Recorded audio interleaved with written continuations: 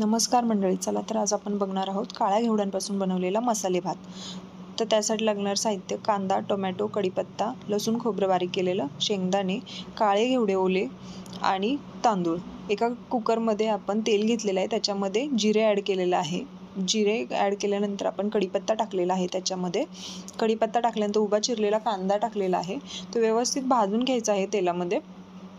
भाजून झाल्यानंतर त्याच्यामध्ये लसूण खोबरं ॲड केलेलं आहे.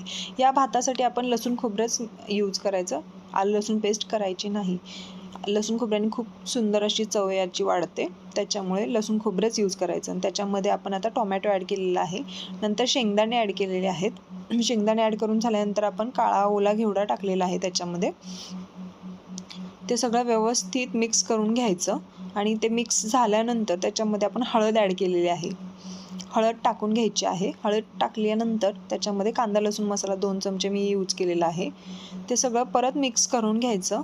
मिक्स करून झाल्यानंतर आपण याच्यामध्ये तांदूळ ॲड करणार आहोत. तांदूळ ॲड करून झाले की त्याच्यामध्ये व्यवस्थित ते मिक्स करून घ्यायचं परत एकदा. आणि ते झालं की त्याच्यामध्ये आपण पाणी टाकणार आहे. पाणी ॲड करायचं आहे. पाणी ॲड करून झाल्यानंतर याच्यामध्ये आपण चवीपुरतं मीठ टाकणार आहोत आणि कोथिंबीर ॲड करणार आहोत. याला 3 शिट्ट्या झालेल्या आहेत, करून घेतलेल्या आहेत कुकरला. तर बघू शकता आपला भात रेडी आहे.